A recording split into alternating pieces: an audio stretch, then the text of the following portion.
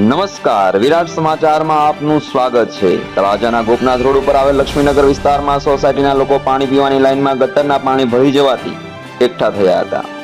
તળાજામાં આવેલ ગોપનાથ રોડ ઉપર આવેલ લક્ષ્મીનગર પાસેના ગટરના પ્રશ્નને લઈને ત્યાંના રહીશો ત્રાહિમામ પોકારી રહ્યા છે।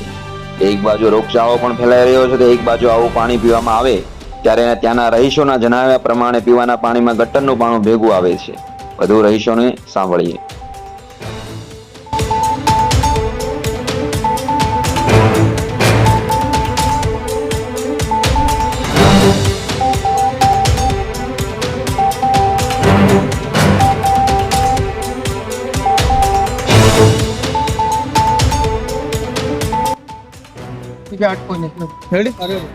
જી આપનો પરિચય? રાજા નિવાસી લક્ષ્મીનગરમાં રહું છું। શું પ્રશ્ન છે અત્યારે? ઘણા સમયથી અહીંયા ગટરનું પાણી ઉભરાય છે અને એનું પાણી નળમાં હારે ભેગું થઈ જાય છે। એના કારણે રોગચાળો અમારા સોસાયટીમાં થોડો બાળકોને થાય છે। અમે ચીફ ઓફિસર, મામલતદાર, કલેક્ટરને રજૂઆત કરી છે, છાપામાં આવ્યું છે, પણ હજી સુધી કોઈ જાતનું નિરાકરણ થતું નથી। અમારો આ પ્રશ્ન છે, એમ બને વહેલા છતાં એ દૂર કરે। જી આપનો પરિચય?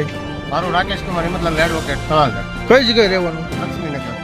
તમારે અત્યારે શું પ્રશ્ન છે? અમારે અહીંયા લક્ષ્મીનગર વિસ્તારમાં 1 મહિનાથી ઉપરથી જે ગટરનું પાણી છે એ નળના કનેક્શન સાથે મળી ગયેલું છે અને મામલતદાર ઓફિસ, ચીફ ઓફિસર તેમજ ડેપ્યુટી કલેક્ટર સાહેબને કહેવા છતાં આનું કોઈ પણ નિરાકરણ કરવામાં આવેલ નથી। તેમજ ભાજપના પ્રમુખશ્રી દ્વારા પણ આનું અગાઉ આવેદન આપવામાં આવેલું હોય ત્યાંનું પણ કોઈ પણ જાતનું નિરાકરણ કરવામાં આવેલ નથી। અનુસૂચિત જાતિ મોરચાના પીટી રાઠોડ સાહેબ।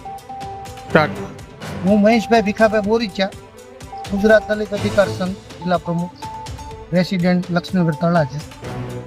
અમારા અનુસૂચિત જાતિ જિલ્લા પ્રમુખ પીટી રાઠોડ સાહેબ દ્વારા અને લક્ષ્મીનગરના રહીશો દ્વારા 1 માસ અગાઉ નળ અને ગટર બંને સાથે જોડાઈ ગયેલ હોય પાણી અમારે પીવા માટે મજબૂત બન્યા છે। લોકો પાણીના કેન લાવે છે, વેચાતા લાવે છે। 1 મહિના છતાં નગરપાલિકાના ચીફ ઓફિસર, મામલતદાર શ્રી, ડેપ્યુટી કલેક્ટર શ્રી વગેરેને રજૂઆત કરી પણ તંત્રના અધિકારીઓના પેટનું પાણી હલતું નથી।